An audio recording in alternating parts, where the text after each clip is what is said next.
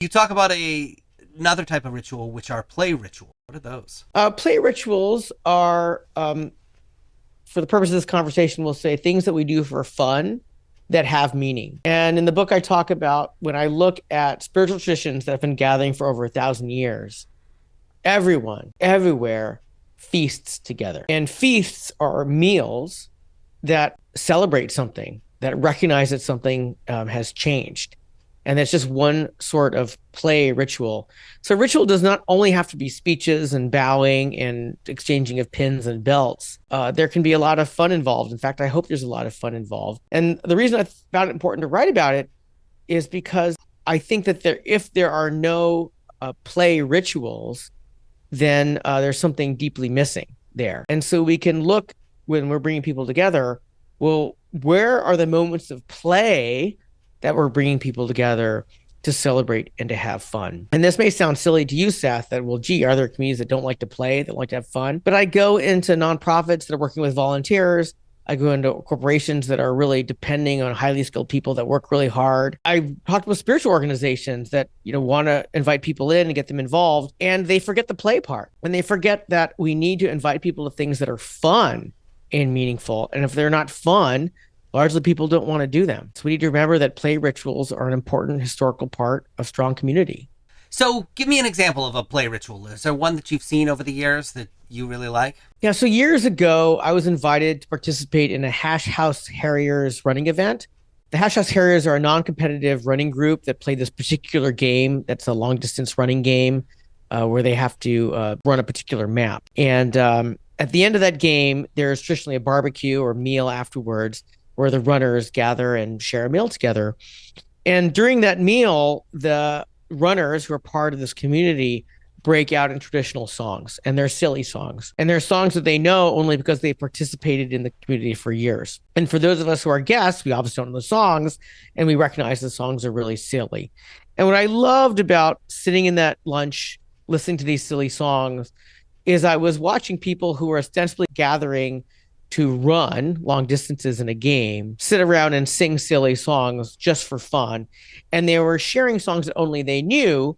And we have a fancy name for that. It's called esoteric knowledge. They were sharing their esoteric knowledge of being part of the community and celebrating their community. And it was a ritual because the songs had no technical importance, right? It wasn't important that to run the game you knew the songs, but it just celebrated their interest in coming together for fun and being connected. Yeah, I can think of things in my own life that are smaller but fun. I was on a swim team growing up, and the swim team season ended with sort of this championship meet where, that was sort of it was like our Super Bowl, right? Of swimming.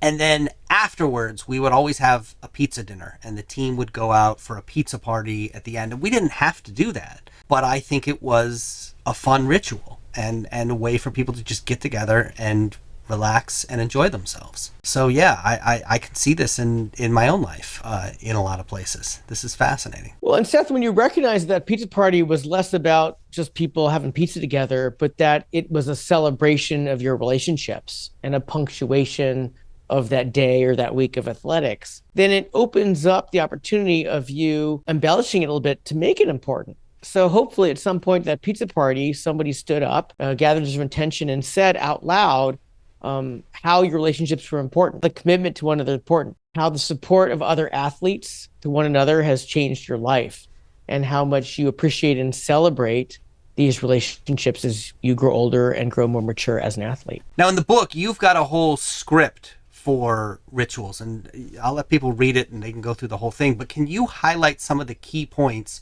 especially for somebody who is either thinking about creating a ritual for a community or maybe even tuning up a ritual that they have in a community? What do you think are the really important things to include in this? Yeah, well, in the book, I just provided a very light structure for someone who wants to create a fun ritual for a community and they don't know where to start. They can start with the structure that I provided, which is informed by how spiritual traditions have been structuring rituals for millennia. It's not the only way to do it. It's not the right way to do it. It's just a way to get you started. And so some of the things I mentioned, for example, it's important that someone punctuates the beginning. We call it an opening collect. You're collecting people together. For example, at a pizza party, someone stands up and says, it's deeply meaningful to me that all of you have gathered here when you don't need to be here, that we spent the whole day in sport together and you're all tired and yet we're here around a table, to create friendship.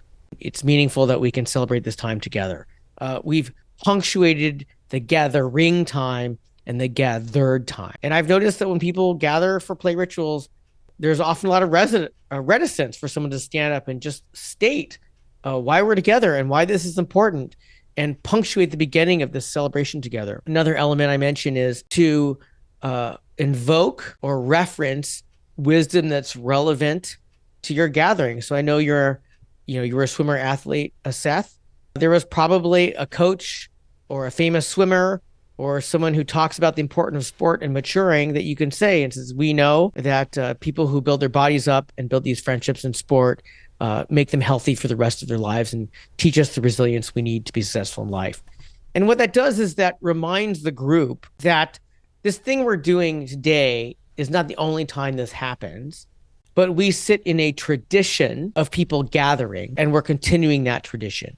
So for example, I was invited to speak to heads of schools on the East Coast at a conference they've been hosting for dozens of years every year. And that year I was invited to do some teaching there. And I was able to say in my presentation, this isn't just a bunch of educators listening to a book author talk. This is a reconvening of educators in a place where educators have convened for many, many years in an effort to become better in their fields in order to make the next generation stronger than the last. And I don't know if we're going to accomplish that today, but I know that we're standing in that tradition of educators becoming stronger to do a better job. Now, after I had said that, it was the same group of educators in the same room with the same guy in a microphone in the front of the room.